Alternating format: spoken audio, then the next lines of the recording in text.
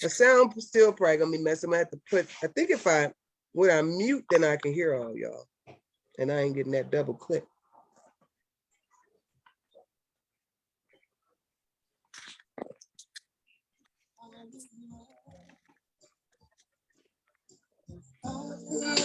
Can y'all hear Luther? Can y'all hear Luther? You can hear Luther. Hey. Hey, hi. To dance with my father. Hey, I used to like to dance with my daddy. I do love my daddy. I ain't know that nigga, but I dance. Welcome to the Covered Brand. Presents Lady Tales, y'all. It's Tuesday. I got some more wine this week. Yeah, I got my wine this week. Me too. Got wine and Luther too. But I ain't drinking out my wine glass today because they packed. I got my red. Oh man. My wine glasses are packed, so I got it. Oh man. I ain't fancy this week. Oh, you drinking right at the bottle? All right then. You know I ain't drinking at the bottle. Pour some out for the day home. I got my glass. Oh, okay. You got I don't have glass. Where your water at, Miss Jocelyn? Turn the water into wine. I should. Go ahead, turn the water into wine. There you go. You know, I'm gonna go get water glass on the side. You cute, and I won't be cute with you, but you I got my fingernails. I ain't got my fingernails done though, because I have, it's been a trying week, but I'm gonna put my. That's okay. You cute anyway, baby. You cute anyway. You ain't got to have no nails to be cute. Oh shit. Okay, let me stop. All right, Luther getting carried away. Welcome to the Cover Brand presents Lady Tales. It's Tuesday. So I ain't even gonna go too far with it, but since I said Tuesday, like I'm telling y'all, I'm doing a little voiceover work. And so I'm doing all the training videos for the poll workers for my county and the elections office, right? Oh, what? And I say that because I said Tuesday. And girl, I'm telling you, on one video, I kept saying like 2022 and 222 and 2. And anyway, I'm done with the twos. But welcome, y'all. We talking about fatherlessness tonight, right? We got a few perspectives. We got two men who said they were going to join in. So hopefully we get a half of one. We doing good. 1.5, but we doing good because I want to hear their perspective on their baby mamas keeping their baby from them. I need to hear it because my ex-husband and my husband now can have their damn kids. Let me tell you something. I don't know what kind of, baby daddies y'all dealing with, but man, oh no, I'm dropping them off. Like that Tina Turner movie. You playing daddy? Oh, hell no. I'm dropping them off. So we're going to talk about that. We have a young lady who wants to talk about the feeling, I guess, of being abandoned by dad after him being in her life till about 9 or 10. She may be in the chat. She may join us. Also, us ladies, we're going to talk about our experience with our fathers. Not all of us is fatherless. Some of us got wonderful daddies. Some of us got daddies that wasn't there and we don't care. Some of us do care. So let's start the conversation. I'm Tia. Y'all know me, CEO of the Cover Brand. Everybody introduce yourselves. I don't know if y'all can go in order by your names. Aquilina. I'm Aquilina, the ambassador. I'm Jocelyn. Clinical mental health professional, always rubbing my 2 senses together. Author, public speaker. Hey. And I'm Tania, nutritional advocate, caregiver, enthusiast, and that's what I am. Oh, they got all these titles. I'm just Keela, the big sister. You is also an entrepreneur, a creator, a bodyguard, our big brother, everything, and the glue behind mama that holds the family together. So we appreciate you. Say that. All right, so I guess we'll start my experience. Me and Keela had different daddies, you know, and that's okay. But I wasn't raised with my daddy. I love my daddy. He's dead. But I love him, and I love the time that I did get to spend with him. So he didn't raise me. He was in and out of prison a lot. His story is that his brother shot him up with heroin at 9 years old. Ooh. So even though he was really, really smart, used a lot of big words that sometimes you had to Google and make sure. But anyway, daddy did his thing. He could dress real nice. He was very comical, people person, street nigga though, you know? But daddy loved it. It is what it is, you know? He used to call himself a dressed up trash can, and who am I? Who am I? You know? So love him. Like I said, he dead now, but love him. I saw him about 3 times growing up, but I remember the feeling though, like to a child, especially to a female child. That's all I know. But I remember the one time he stayed with us a few weeks, like I thought he was moving in, like he was there. He required that we step right into our house shoes out of the bed, like queens. Put our robes on. Was the first time we got robes and fluffy house shoes and toys. He would try to teach us other languages, you know, and speak just ideas and things that really resonated with me, because I'm a lot like him, you know. And so that was wonderful. I think I saw him at jail one time. And then one time he came by for Christmas, girl, and bought us a toy. He bought me a bald-headed ass baby doll. You know, one of them dolls where they ain't have real hair, but like the plastic was cut into hair. You know, so I worked it out. I was a creative child. And then he bought my sister, I think, a fucking broom, mop, and a dustpan. I don't know, Mary, if you in the chat. It might have been the other way around. One of us got a bald head baby doll. It might have been Lumia. But I'm gonna, you know, cut it short. But when I did see him as a child, my heart lit up. And so men need to understand that if you don't. You know, your baby, it means so much, you know, just your presence, just, you know. So, like I said, he married my mama as I got older, and I got a chance to spend a little time with him. But, you know, because of his scars and his mama cussing him out, you know, she was a drunk with a wig on to the side, you know, lumber grandma. She chewed tobacco and spit in the can, and she cussed a lot, you know, and that is what she was. But he was raised by that. So I say that to say, even as I got older and we started forming a bond, he still would say stuff, you know, he still would go off and use his drugs, and he would say stuff like, you know, I ain't watching these kids. Not that I would ask him anyway, but I ain't watching these kids. Hell, I ain't watch you, you know, and that was kind of funny. He would crack up, you know, I ain't know you, you know, like, okay, whatever. That's who he was. And I think he cursed me one time because I wouldn't take him to the store, slammed my door. My sister, I think she had to throw a snowball at him, you know, so we had our ups and downs. But overall, I enjoyed my day. So that's my story. And whoever wants to go next. I will. I want to tell mine. Okay. Well, my dad was never there. I've never met him. My mom said he came to the hospital when I was born. He was from New Jersey, but he came to the Detroit area to work at Ford's. And so he ended up going back to Jersey. But my mom would always, every so often, just look for him. She was like, I want you to get to at least talk to your dad before, you know, before he died. So we finally found him on Facebook. We found his wife, I think, in like 2019.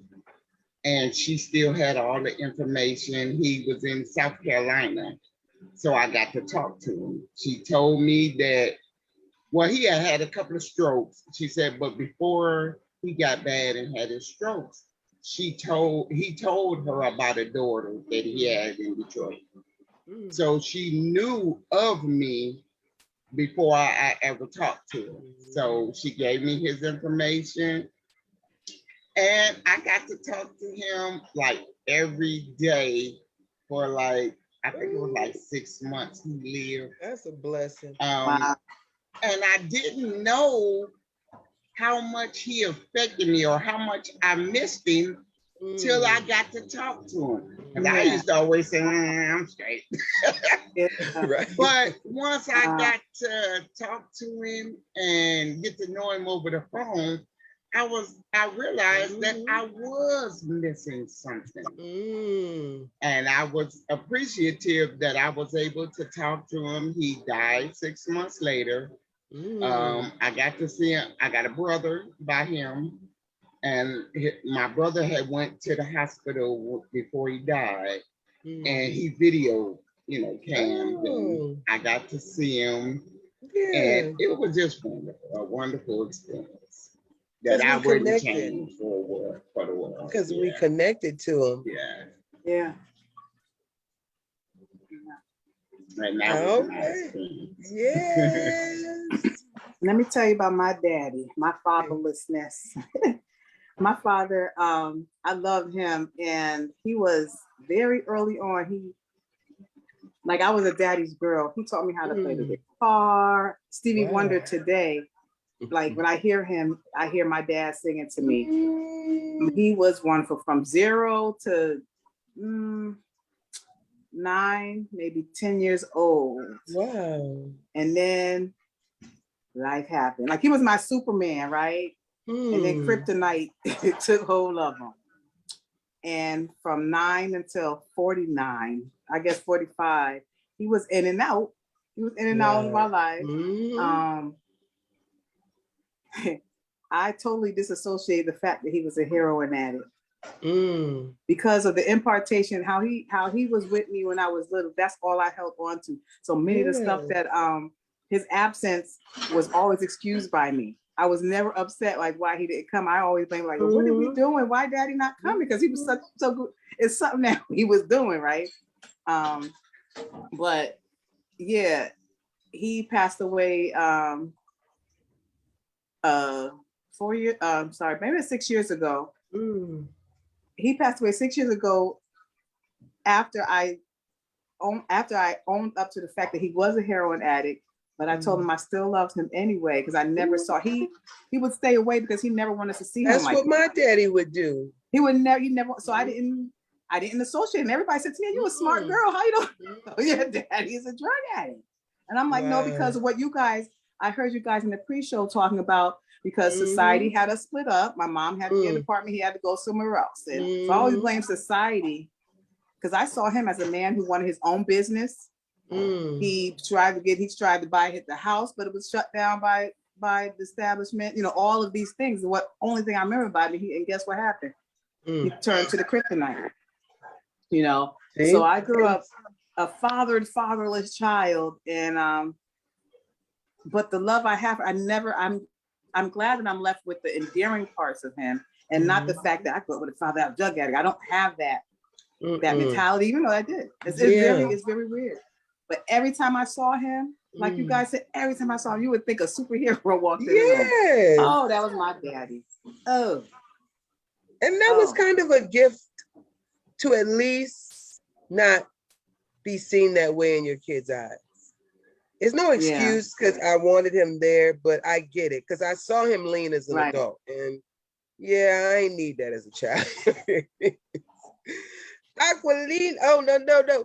Well, Aquilina, I'd love for you to tell us about your wonderful dad. Do you want Miss Johnson to go first so you can give us the wrap up of, or would y'all figure it out? Because I know your daddy. Johnson can go first. She can go ahead and go first. I'm good with that.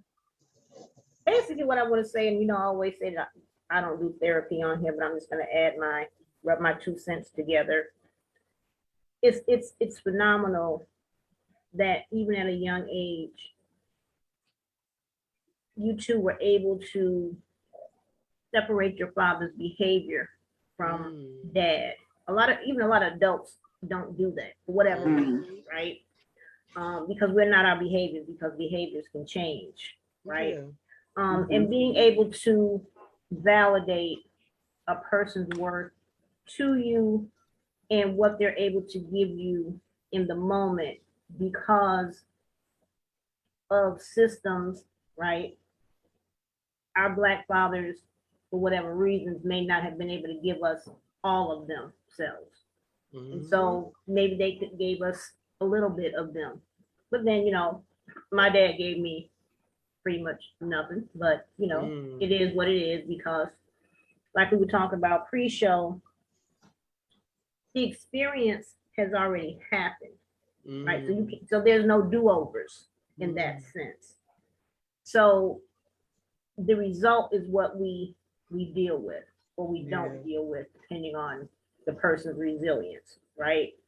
I've forgiven my dad for not being in my life, but I don't know his backstory. I don't know my dad's history, right? I'm like one of 30 some children paternally, but that's not my load to carry. I'm responsible for Jocelyn. I'm not responsible for Jesse of what he did and what he did not do. I didn't have the experience of my dad, and I've reconciled myself to that. And for me, no hard feelings, but it is what it is. I figure, hey, he got enough kids that he interact with, so And would I have liked to? Is there some part of me that would like to have a relationship with my dad? Yeah. Yes, but I'm also honest enough to admit that I'm not going to reach out to him. Now, before he dies, I'll probably send him, a letter or a card, just letting him know that I hold no grudges against him. That as my dad, I love him for the fact that he is my dad. God used him for me to be here, and so I'm grateful for that gift of being able to be here. Yeah. Sometimes, we don't have that perfect family. There's no such thing as perfect family, but as close as you can get, having a present parent, right? I don't have that, and so, like I said, I'm good with that. You know what I mean? Because my grandfather raised me until I was 7, because from Mississippi, parents made that northern migration. So my grandfather was there for me, and for a long time, I looked at him as my dad. So I got my foundational love and validation from my grandfather. So and I don't believe in demonizing nobody. Like I said, I don't know what he had to deal with. I don't know what it was like for him as a Black man in the 60s, how he conducted himself, how he saw himself, why he made the choices he made or didn't make some choices. But we can't turn back the hands of time, right? So, yeah, I just let Jesse Davis be the lead, and just accept him as my father. So that's my father's story. When we talk about systems and oppression, it reminds me, gosh, where was I at? Listening to it, but they were talking about how Black men in slavery were, put in brothels or houses where they just had to have sex all day, to breathe. Daddy was a Rolling Stone. Black women as well. You never know. And then look at our buddy that we follow, who talks about childhood rape. But number of things. Go ahead, Aquilina. Tell us about. We all know Aquilina's daddy. We want Aquilina's daddy. Well, to add an aspect, I think fatherlessness. I don't experience fatherlessness in the same way per se. My father was. I don't know what it's like to not have my daddy. I have no clue.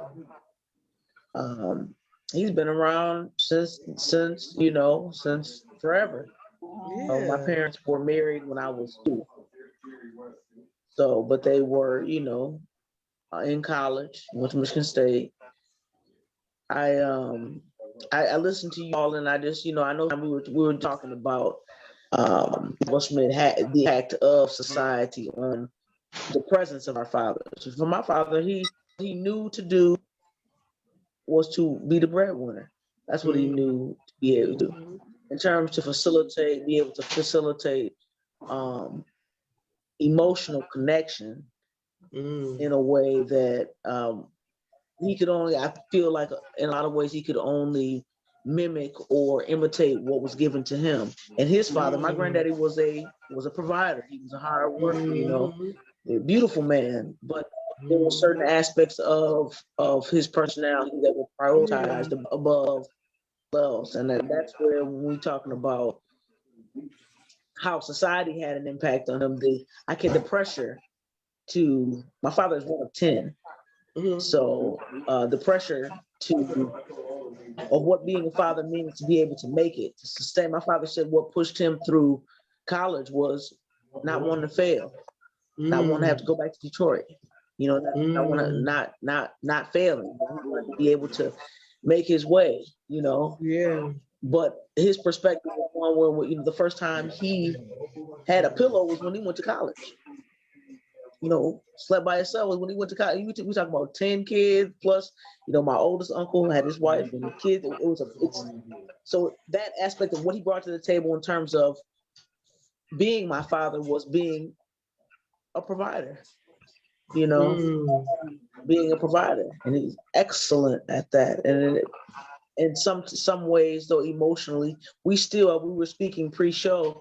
There's still some growing, some learning, and some. He's becoming a better father as time goes on. He's always been a wonderful man, but he's becoming a much better father. Yeah. And I'm glad to be able to experience that. Yeah. Because sometimes being there, people always thought, both my parents were together. My grandparents both sets of my grandparents were married. I know my situation was a unique one because not many Black children experienced that as children, and my reality was a little bit altered by that too. So, people think that because your parents you have a mother and a father, that it's an ideal situation. Yeah. And that presents another aspect of young Black parents trying to make it, trying to raise kids, trying to buy a home, trying to sustain themselves in a society that's not really meant for them to succeed. People are always amazed. My father came to conferences, they like, they wouldn't give my father my report card one year because they thought he was my brother. Seriously, when I was in high school, they would not give my daddy 1 year. They would not give him my report card. They would not expect that. Wow. Girl, they knew what they what. Okay, never mind. I think it was one Melanie Miller, Miss Miller. I think she didn't want to give the report card. But I just, I'm grateful for my experience. Yeah. But I ache for the pressure on him as a Black man and as a father. Yes. For what I experience, what I can see. As kids, you're not stupid. You can see some things. You know what I mean? And even though they don't always express those things, you're able to absorb temperature. You know what's going on. You know what's happening. Yeah. And I saw a lot of pressure. I saw him, dealing with the establishment 8 to 5. My father retired as the administrator for human resources. He was the human resources director for the state of Michigan from Treasury, but he worked. He worked. That was his that was his real child. That was the thing he was able to do flawlessly. So it ain't always, I just don't think. I would hope that everybody will continue to grow, because that's why things are now. That growing, continuing to be and establish himself as a father and seek to be a better father is what has helped our relationship as I've gotten older, because it hadn't always been this way. Yeah. Well, I definitely want to hear. We're gonna talk more because there's that aspect of breadwinner, and then they don't have time, and they feel like I'm a provider. And sometimes the emotional gets overlooked. But we have a special guest. Do we still have a special guest, Tania, or are we too late? I'm here. Hi, sir. And your name is Eddie? Yes, right. I'm Eddie. Thank you so much. I appreciate it. We just wanted to get your perspective as a man, you know, who has babies, who wants to be in their lives, and you know, maybe a situation isn't ideal, or maybe, you know, there's been some roadblocks. So I'm just gonna let you talk, because when a man talk, a bitch listen. Say something. That's right. That's right. We appreciate that. Appreciate that. Well, first of all, when it comes to having, you know, your sons and daughters away from you, you gotta make ways to get there, no matter, or get them with you somehow. And it's a real challenge already as it is, because you miss a lot of hours that you could be with them, like, you know, like you said, 0 to 9 or whatever. When you're with them every day, living with them, it's a big difference than seeing them a few hours a week or something like that. So when, you know, the mom starts blocking you when your mom starts blocking you from seeing them or talking to them, and then telling them things where they act different towards you, you know, you got to deal with that while you're still paying for child support or paying them directly and taking care of them like you're supposed to, you know, unless you ain't got it, because sometimes it's hard out here, you know, and the brother ain't got it, but he gets it, you know what I mean? You never stop working or looking for work, you know, until you get more. I'm thinking it would be hard to. I got my babies 24/7. You only get them for a few hours, you know, like, so say there is a negative, you have a baby mother who is putting out a negative perception of dad. You only got what, 2-3 hours, you know, to try to change that perception. So how do you deal with that? You know what? When I was younger, he's 10 now. When I was younger, I would constantly call or try to go over there, go see him. You know, talk to his siblings, his older siblings, because they all lived with me before. So that's the thing. Her and all 6 of her kids, they all lived with me before. Wow. So they all look up to you. And they all got good stories about me. They all lived with me for 2 years. So to act like this is nonsense. You know what I mean? But so, and I could tell you how extreme it is. You know, for example, when I went to see him one time, he walked into the corner and just stood in the corner looking crazy, just looking into the corner. I had to go over there and go get him. Like, you know, why would he do that without coming into the house? You know, you know, then when he on the phone, he don't want to talk, or he'll be real short, you know, and then real cold. When he's on video, he'll look over his shoulder real quick, wave his hand real quick, and you know, stuff like that. And every time I try to get him to take him somewhere, she has to go every time. Do you think she's still in love with you? I always felt like if neither person still wanted to fuck each other, a lot of things would go pretty smoothly. Do you think she still wants you? Is that an issue? Or she just a nasty bitch? And I don't know the story. I'm just saying overall. You know what? I think it could be both.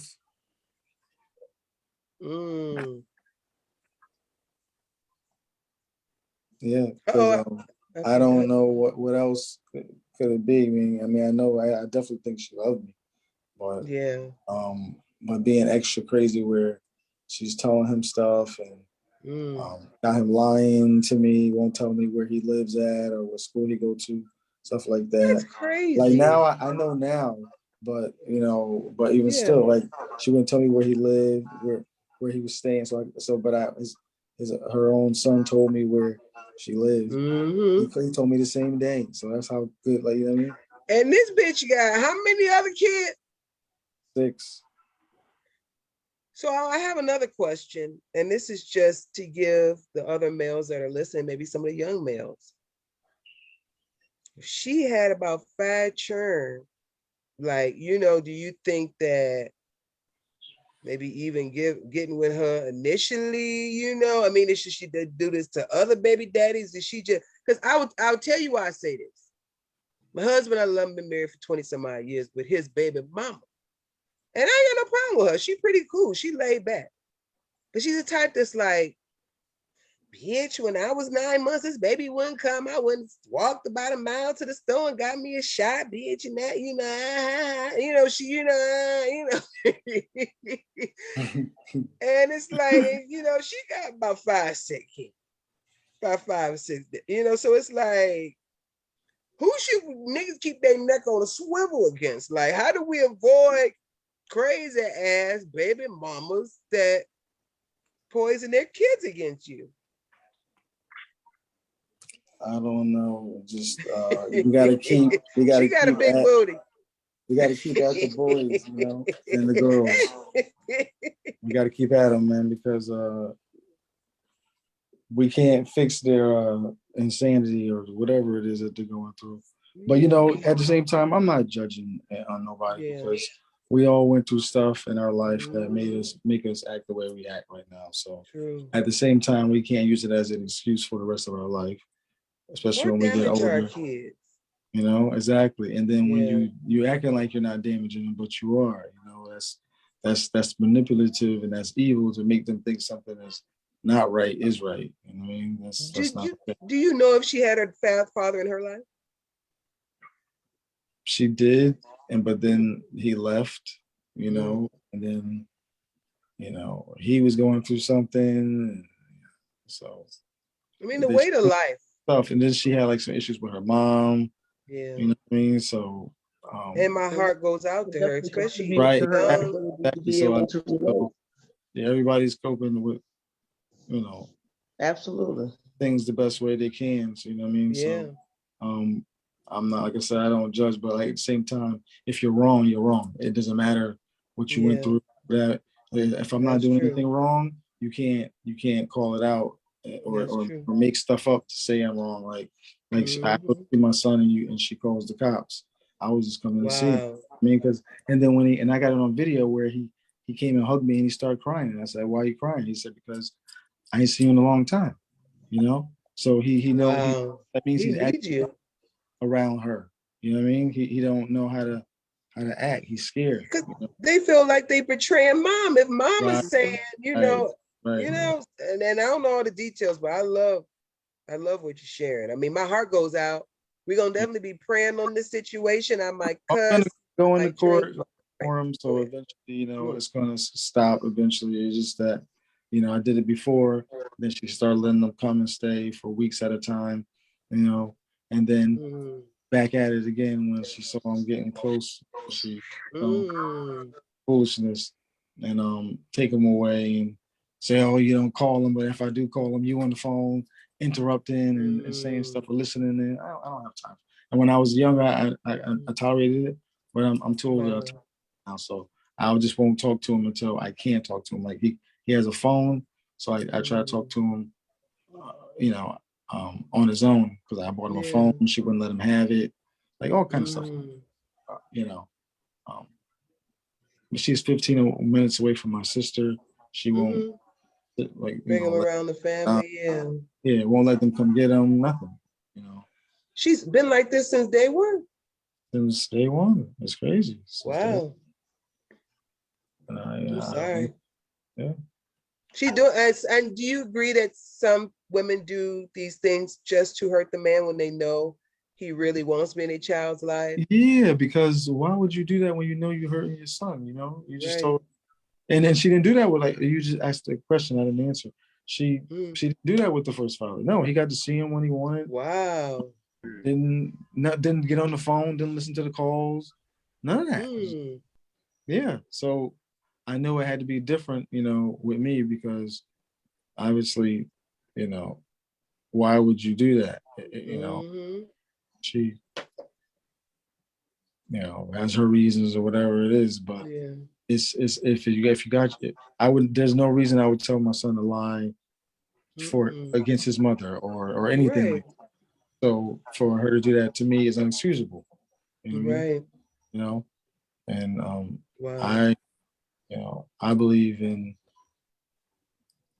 our culture, which is scripture of the Mm. Torah, which is we call the Bible, and Yeah. the order of law is man, woman, and then the children and everything else. Mhm. You know, I don't go against that.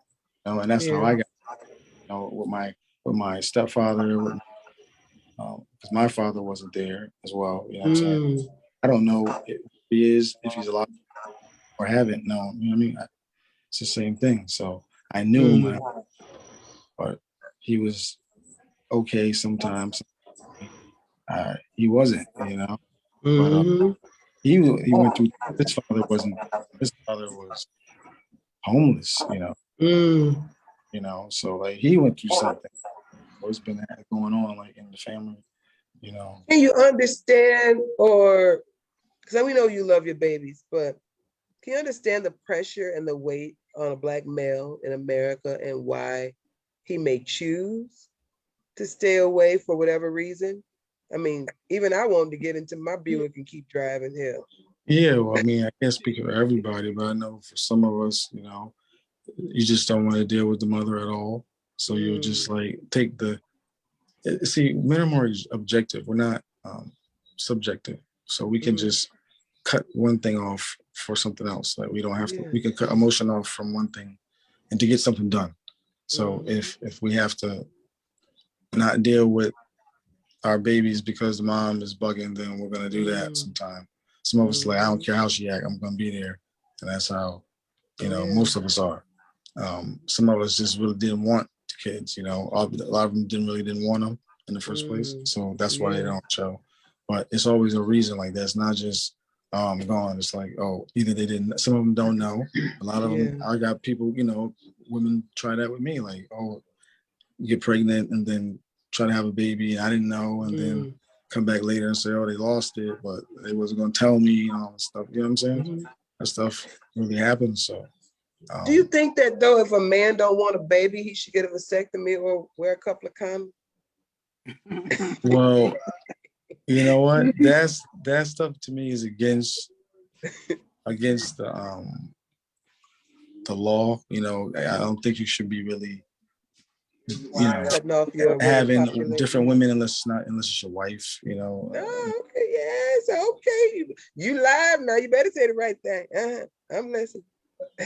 No, I'm just saying. Like if whether it be one or two or three, I'm just saying if this is wife or wives, then he can do that. But if it's not, you can't have girlfriends and just because it's not clean. You can say what you want, Mm-mm, but too much. you can't say that it's clean to just be doing different people when you Yeah, feel like it, and right. and not being in a relationship is not. It's how wickedness starts and how that's how come diseases Hmm. start because it's not clean. Period. Opening yourself Uh, up to all kind of spirits. Right. I And know. none of us really grew up like that. So it's something that Hmm. we always have to, you know, do on our own because that's something that the society don't promote or teach. It's like, okay, yeah, it's okay to jump Yeah. around and stuff. But and a lot of people in the back in the day had to hide their relationships when they were with Mm. people, they have the kids on the other side and then, Hmm. you know, um, the quiet generation where they only tell you that somebody's really your father and they're not or something like that Mm. and never tell you the truth and like let you die Right. with that lie because they Wow. refuse to, and it happens a lot in all our families, whether you know it or Yeah. not. You check the records, you Mm. find stuff that you wouldn't know about your own family. Right. Um, Before the uh, DNA, yeah, exactly. you uncle know looking very familiar. yeah, and that's the real DNA, like with family, like family to family, not that stuff when they Yeah. say you from Africa and all that, because 99% of us is American, what they call Indian. We're not Yeah. from North Africa. They just people don't need want to to give me my money. That's another way they hold my. I want money listen. in check. Well, you gotta listen. All you gotta do Go is ahead. get your records, Yeah. census records, and you can find out that your family by their names, if they're on a tribe or not, and then you can. They're gonna fight you. I ain't gonna lie. These people have been lying to us because they want us to believe it's these Mongolian pretendians that's in our spot, but really we're the American Indians, and we're not from Africa. Like all this, and Egypt was over here. Our mummies are older. We have more mummies. We have more pyramids, and our pyramids are older than the ones in Egypt over in Africa. Like people didn't understand that. We were speaking Hebrew and only doing according to the Bible over here when the white people came over here in 1492. So and they wasn't all white. Some of them were black people too from Africa. Came over here. We got it. And that's not according to me. That's according to books from the 1500s. That's all right. We're gonna have you on for the African American talk. So, but I'm just saying, like this all this leads to like the father thing. We have families. Now it's no family. So when you're trying to make it happen. The Black unit has never experienced family. We've experienced what we thought was a semblance of family that was represented to us. We don't know what familial establishment looked like from our natural heritage. Exactly. We don't know what that looks like. Exactly. The marriage construct we live in now is an English construct, British construct, which was adopted in the colonial era prior to the Revolutionary War. We don't have any customs. See, that's the thing. We don't have customs that we're. That's the whole functionality of the Black family askew from the beginning. But you've got to know how things got the way that they are. There was no blueprint for no Black family. When this country was founded, there was no such. There was never any. No, they was having the such sons concept. do the mamas to breed. To be We was established bred like like herds, and they treated us with a herd and a chattel mentality. So we haven't skewed from anything. This is this generation, these 4 generations of us were born here, but there were those prior to who didn't practice the same customs. That's why it would behoove all of us to get a better understanding of what you actually come from. Oh no, she did. How truth as people actually is. It's not what's been given to us in America. That's not the family unit. Yes. Interpretation of what white people thought. What happened? You went on mute. I can't hear you. I know you were saying something. He came to get a drink of water. It distresses me when we talk about something that take bits and pieces of something that this greater construct of white society has created and claim portions and this other portion. It's all a farce. It would help for everybody to deconstruct their own theology and their understanding of how and who they are to get a better understanding for self. There are no blanket terminology. There's no everybody and every father and every man. We have to determine, you got to determine your position in the game for yourself and get an understanding of what has actually happened, not what the flock of people who have never read anything or the things that they have read come from a contrived source. There's information there. They're so arrogant. They've been so arrogant with their evil that everything is available. This is a freedom of information country. You can go to the library and real documentation and look at real documents so that you can understand how the thing is set out in the first place. And then get a better understanding so you can contrive and establish something healthy.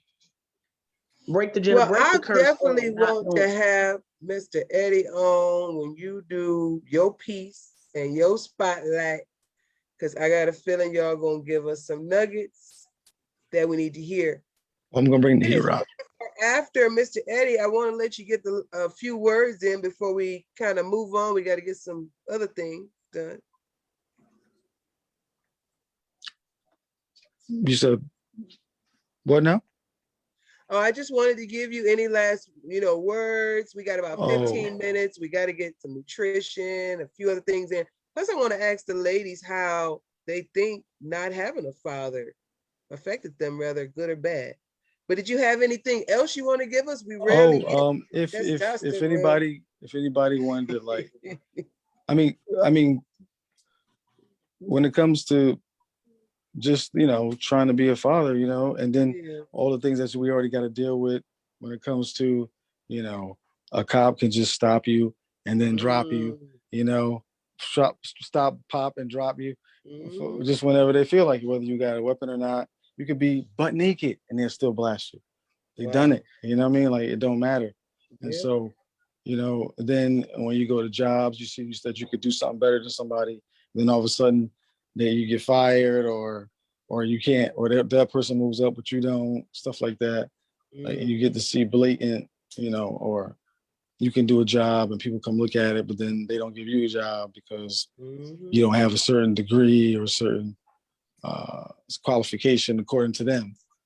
Some white man qualification, because it's not really, if you can do something better than somebody, then why would it matter if you got a degree or not, or if you I mean, degrees do help you get a certain structure, but everything's only a basic amount of information, but like trying to do all of that and then be a father and teach them to do the right thing, only the right thing, because we all have, like, most of us, like, had rough childhoods, like, you know what I mean? So, like, and we saw a lot of crazy things that we shouldn't have never been around, but we was around every day, and we got to change their lives. So it's different. But then a lot of us was without our fathers. We had the stepfathers or no fathers at all, just the mom by herself, and the sons and daughters. And then, some of us, a few of us had the dads still there, and so we got to see what it looks like, but a lot of us witnessed a lot of family fighting back then. They was physically fighting each other a lot back then in the house in front of the kids, that happened a lot too. And everybody's family, so we dealing with things a lot better than we used to. Now we just break up or something, or do something, more Did productive. You see, I posted, because I always try to search YouTube for like a video pertaining to our topic.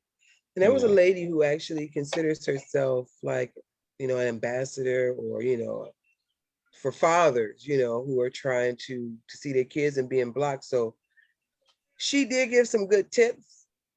I hope other men will look at it. I ain't no man. Sometimes my husband say I wish I had one, but either way. Thank you, Eddie.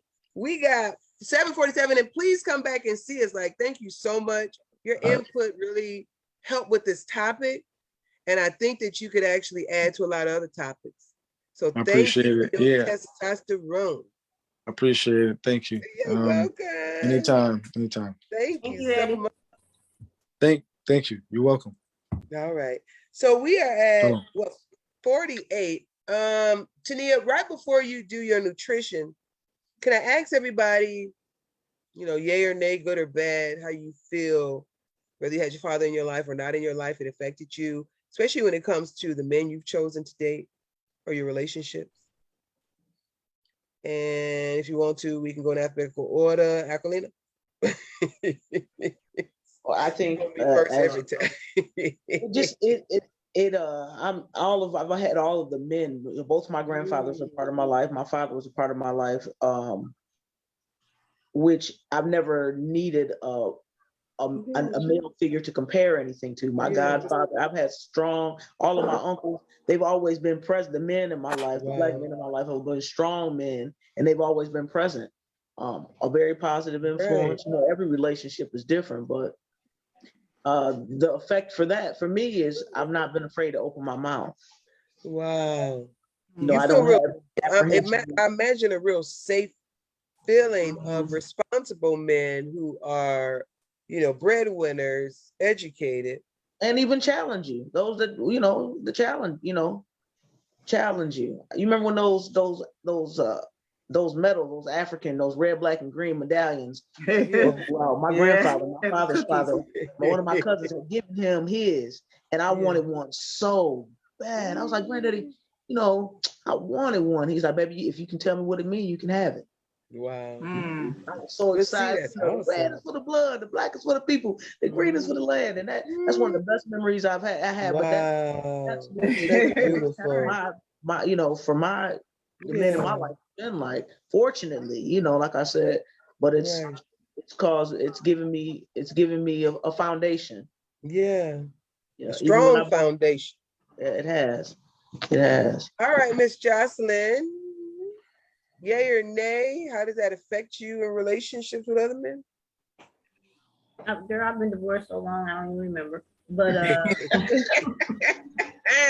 but really, if I sat and thought about it, which I really don't, but if I sat and thought about it, probably all the men that I was involved with, even from like being a teenager, really were like weak men, right? Um, and I think I was stronger than I thought I was or believed I was. But now being older and looking back, it was just my responses to my childhood abuse that caused me to devalue myself. But if not for that, then I would have realized how strong I was. Wow. And so I think that happens to a lot of women, Yeah. that we are really, because you devalue yourself, you put yourself in a place of diminishment where even though the man is weak, you choose to perceive, or your survival mechanism chooses you to see him as being stronger than you, when reality you're stronger than he is, and you're stronger than you think you are. So yeah, that was my experience. But yeah. Wow. Wow. All right, Tania. I think you had T before you. A, B, C, D, F. Go ahead, Tania. I know that many things, because you know I cherish my father, and I see a lot of. I then was looking for the relationships I had abandonment anxiety. They're gonna leave. Ain't nobody going nowhere. You know, they're gonna leave, or you know, I'm gonna do something. They're gonna leave. You know, Johnson, you know what I'm saying. And I dealt with that a lot in my relationship, because he left. I didn't, not knowing anything that I would have done. So they just leave, Yeah. So and then I'd make them leave and stuff. So that's how it was. They're gonna go anyway. You self-sabotage. Those type of things I dealt with. So I'm yeah. Wow, go ahead, Keela.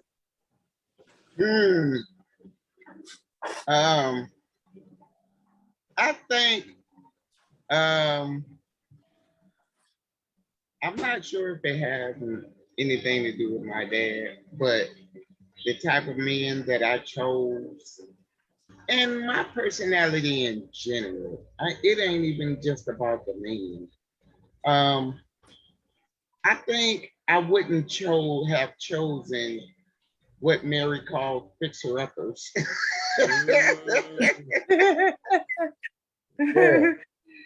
If I had a man there, a strong man there to be an example to me.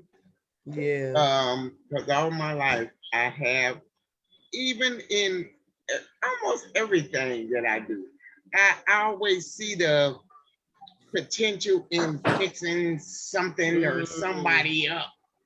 You know, I take this project and I'll make it better.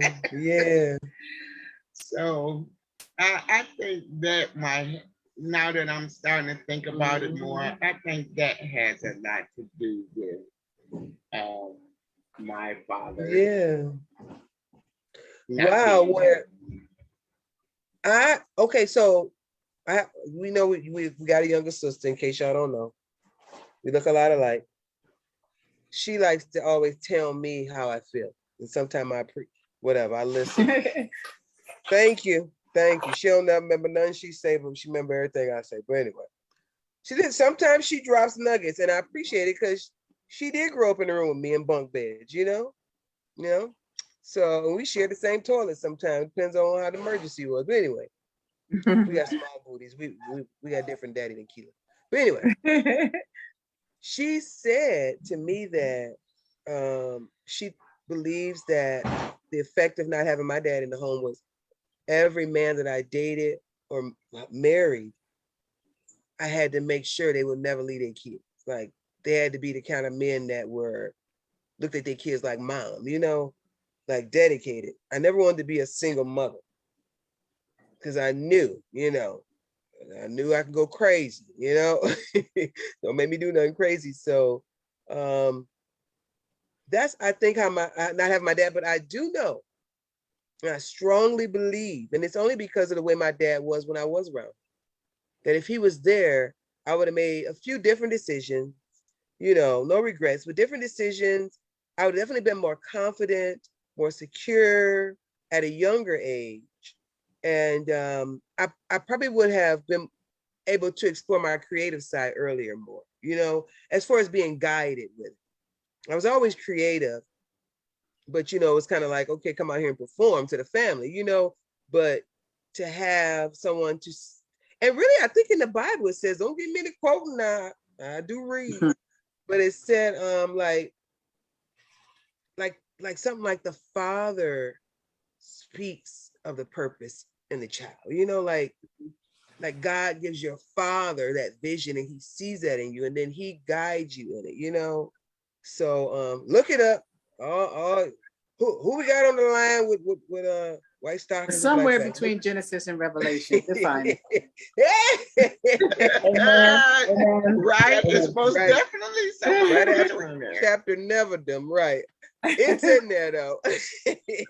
I ain't say it right after asking my mama, but I believe it's a blessing and it's a covering, and to have generation of men, grandfathers and great grandfathers, or even grandmamas or great fathers, it's a blessing.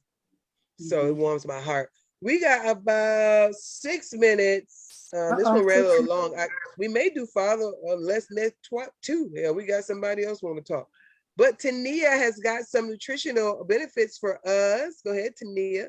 Hey, I could do it in 6 minutes. I just want to say, I went through a move this week, and I had a bunch of stuff that I needed to move. And some things I don't know what they are, but one thing that I did bring with me that I know I had to have was my medicine cabinet. Yeah. My medicine cabinet, herbs, natural, are my herbs and spices. Yes. Right. So I just wanted to share a couple of things with you. Just some things that are right in your cabinet that you can change, or if you don't have them, that you should put in your cabinet just to jumpstart your nutrition, because I'm always going to talk about it. And there's just simple little tweaks that we can do. Like me and Aquilina discussed, I discussed making green smoothies one time. She started doing that. It's little, little stuff. But anyhow, these are four items I have, just because it's quick. I had a bunch of them, but I'll give you 4. But do any of y'all eat salt? Or do y'all still eating salt? I probably eat too much more salt than I should. I do like. Yeah. Keep eating that salt. Tear that salt up. But guess what? Switch to sea salt. Okay. Sea salt, and eat all the salt you want. And I'm gonna tell you. I can buy sea salt on EBT. You could buy sea salt at the store now because they they starting to do it. Make sure, Trader Joe's or whatever, but you can buy it right in the supermarkets. Make sure you get sea salt, because sea salt is the real salt. And I just wrote it down because I've been doing. But sea salt is they don't process it a lot, so it has a lot of the trace minerals that your body naturally needs, because your body needs sodium. But the regular salt, table salt, is processed in a way that it takes out all those minerals. And some of the companies started putting in substitute things that harm us, that tears at our vessels, that cause high blood pressure. So when they tell us don't eat salt, it's really the table salt we shouldn't eat, but we can eat the sea salt. I ain't done. So I'm still buying the girl with the rainbow. I mean, the umbrella. The umbrella. Don't do it. She even got sea salt. She even got sea salt now, but I don't trust it. Me too. Yep, don't get rid of more and toss it over your shoulder and do that superstitious stuff. Toss it over your shoulder and make a wish. Throw it out on the ice. So that's the table salt. And then another item that I had was I made sure I had was the cumin, because yes, I got cumin. Yes, try to find recipes and add cumin to it. These are things that, like, it's hard for people to just switch and start, eating healthy and all this, but you can just add stuff to your soups or add stuff to your things now that will help. And it helps with high blood pressure. Okay. It has antioxidants, and antioxidants help your DNA, help you keep you so that your cells won't get damaged and die, and help prevent cancer and stuff. Every time you hear antioxidants, so you want to eat blueberries and and strawberries, and you want to eat antioxidants, incorporate that into your diet, because it helps keep your cells protected against cancer. There's things that we don't have to get. And I was the main one, trying to get saying I had to get cancer. I just thought you get cancer like out of Russian roulette. Like one day you just get cancer. And that used to scare me half to death. And then when when Eddie was like, no, you don't have to. And these are just different things. And I realized, there's preventive ways. So use your spices. So I bought my salt, I have my cumin, oregano. Oregano is antibacterial, and it helps, it gives you fiber, vitamin K, iron. Add some oregano. Do all that? Oregano. Should I try it on this ring? You still ain't came up with my miracle. I need rubber strawberry. Hold 2 bananas between my. Go ahead. Yeah, that too. Basil, diabetes, arthritis, using basil, fresh basil, the ground basil. I love use it all the time. But if you could get some fresh basil in your life, incorporate that. I mean, these are preventive things. If you don't even have diabetes, then you won't get it, because you putting these right things in your body, and it's just seasonings. It's just seasonings. I promise you, I'm not just saying it. Y'all don't. I don't have a medicine cabinet. I don't have no medicine cabinet. I'm not doing it. I refuse to get one of them pill boxes with the date of the week on each one. I'm not doing it. I'm gonna get me a herb. I'm gonna find the right tree to bite and blade of grass to chew on. I'm telling you, life-saving and life-preventive things. And then, I had a bunch of stuff, but just to write some down, look up, Google yourself, thyme, sage, parsley. And this new thing we found out, kale flakes, and we know how kale, kale flakes, and you add them in and it just blends in. If you don't want to take in vegetables like that, just do kale flakes in your stuff and sprinkle it in. And cayenne pepper. Cayenne pepper helps open up your vessels, because what we got to try to do is keep our body our blood flowing properly. I know that word. And our vitamins and minerals. So doing it with herbs is the easiest. Jump start and drink water and make green smoothies. Start there. I'm building up to something, y'all. But so we have coconut oil, herbs and spices, water, green smoothies. Hey, so far. She's giving it to us until we have the finale. So we went a little later today. It's 8:02. I think that's okay, because we wanted to get that in. I think you should put that green smoothie recipe in the on our page. Okay, I'm fine with it. I have watch the replay and may not know what are the best ingredients. Yeah. Okay. All right. Because it's mostly any greens you have, but I have a recipe that I use. I'm about to make some now. I just bought some more greens today, because I've been slacking. Now trust me, it is difficult. It's not. It's a mind. You have to get your mind set. But I keep restarting because when I go to the doctor, I'm satisfied with the results I get with my blood work. So I know that it's working. So yeah. And you look good. All right, give me that skin, girl. Mail me that skin. Thank you. And no filters, because I don't know how to use filters. So I'm eating my avocado every day, like you told me to. I think it's working. That is sleeping upside down. I'm telling you, bitch. Y'all ain't gonna know. Y'all ain't gonna know what it is. I gotta get some poundage down, because I look upside down, I'm gonna fall right on my head. But all of us look. I'm looking at everybody. Everybody looks great. Like we are coconut. Me too. I'm on the green drink strong. I ain't been using the coconut oil on your face. Y'all just put it on as a moisturizer. As a moisturizer. Yeah. You always got little shit that I don't be knowing. You smile all bright. I mean, can you text it? Can you share? You know I like new shit. What about wheatgrass, Tania? I need to know. Ooh, Wheatgrass is good. See, a lot of things where I started off with Dr. Layla Africa, Dr. Sebi, and Dr. Queen Afua, and a lot of stuff they were doing was electric stuff, alkaline products. But wheatgrass, I really don't know nothing about. I've never used it. I've never my smoothie for the first time this morning. It was spinach. How'd it work? It was great. It's good. clean. It's clean. I've had energy all day. It's amazing. I mean, once you get used to it though, you can't go. For me, I can't go without it. Like I had to come back home. I left my smoothie in the freezer. I had to be late for work and come back home. I had to drop my baby off. Wheatgrass. Then I got to see about the wheatgrass. But I've never used it. I use Sprouts, but I never used the wheatgrass. Get addicted to I your just tried it this smoothie. week. First time. Oh, nice. I love it. Anything. All right, y'all. Well, we can always chat. Y'all know how we do in our meetings. We can chat, but we definitely want to share as much as we can. Thank you, Tania. We got a lot of information tonight. I'm gonna see if I can mix everything. Which first it was the oil, and then the nutmeg, and then the oregano. And I bet if I sit a lemon on it. But love y'all and thank you for tuning in. Have a good night. We may have fatherlessness too. We got some people that want to talk, but it's over tonight, bitch. Love y'all. Adios.